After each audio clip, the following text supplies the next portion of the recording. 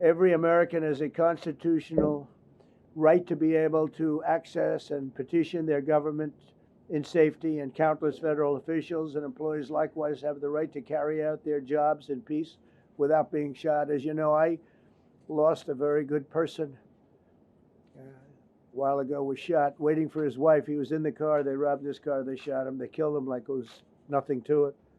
She was walking to the car. It's a horror show. This issue directly impacts the functioning of the federal government and is a threat to America, really. It's a threat to our country. We have other cities also that are bad, very bad. You look at Chicago, how bad it is. You look at Los Angeles, how bad it is. We have other cities that are very bad. New York has a problem. And then you have, of course, Baltimore and Oakland. We don't even mention that anymore. They're so far gone. We're not going to let it happen. We're not going to lose our cities over this. And this will go further. We're starting very strongly with D.C., and we're going to clean it up real quick, very quickly, as they say. It's becoming a situation of complete and total lawlessness. Love to spit in the face of the police as the police are standing up there in uniform. They're standing and they're screaming at them an inch away from their face. And then they start spitting in their face. And I said, you tell them, you spit and we hit. And they can hit real hard. It's a disgusting thing. I've watched that for years, for 3-4 years. I've watched them.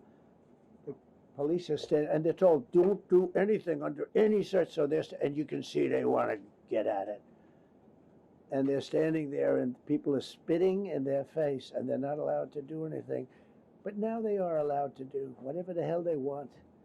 This dire public safety crisis stems directly from the abject failures of the city's local leadership. The radical left city council adopted no cash bail. By the way, every place in the country where you have no cash bail is a disaster. That's what started the problem in New York, and they don't change it. They don't want to change it. That's what started it in Chicago. I mean, bad politicians started it, bad leadership started it, but that was the one thing that's central, no cash bail. Somebody murders somebody and they're out on no cash bail before the day is out. We're going to end that in Chicago. We're going to change the statute. I spoke with Pam and Todd and everybody. We're going to change the statute, and I'm going to have to get the Republicans to vote because the Democrats are weak on crime, totally weak on crime. No. More seats. I don't want to do that. I don't want you to be comfortable. A short while ago in the Oval Office, President Trump signed 2 crucial executive actions to deal with the emergency crime conditions we currently face in the District of Columbia. The first of these was an executive order, as President Trump said before, invoking his powers under Section 40 of the Home Rule Act to take federal control of the D.C. Metropolitan Police Department. Along with that executive order, President Trump signed the statutorily required notification letters to Mayor Bowser and to the relevant House and Senate committee leaders. The second major executive action that President Trump signed was a presidential memorandum directing the Secretary of Defense to utilize the National Guard to address the conditions we see on our streets here in D.C. It also authorized the Secretary of Defense to work with state governors to utilize their National Guard units if necessary as well. These are bold, decisive steps intended to combat the out-of-control crime conditions we've seen on D.C.'s streets for far too long. No, I don't want to make life comfortable. So look, just going to see what happens with it all. We're going to have a tremendous success in what we're doing. Other cities are hopefully watching this. They're all watching, just like everyone's watching here. They're all watching, and maybe they'll clean up, and maybe they'll do this and get rid of the cashless bail thing and all of the things that caused the problem. I mean, if you go back, this whole thing with cashless bail is a disaster.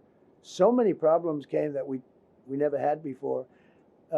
So they're watching us today, and if they don't learn their lesson, if they haven't studied us properly, because we're going to be very successful. I have zero doubt about that. It's going to be. It's a question of will it be really fast, like the border, You know, everyone said, they used to say, Biden used to say, I need legislation.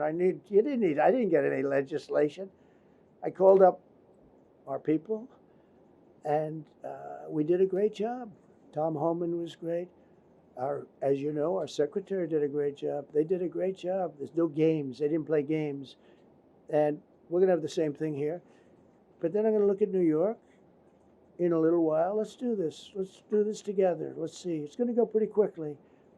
And if we need to, we're going to do the same thing in Chicago, which is a disaster. We have a mayor there who's totally incompetent.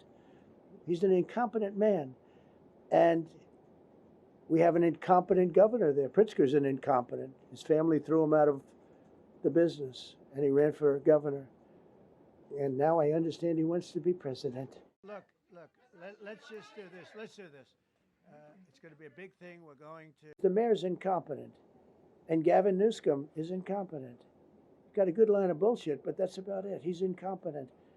And you have Los Angeles is, you know, it's amazing. You know, I called, the first thing I did, I got the Olympics to go there. I was the one that got it. And by a rare thing that happened, I'll be the president. I was very upset because I got the Olympics there, and I said I won't be president when it comes. But bad things happened, and illegal things happened, really illegal things happened. Thank you all very much.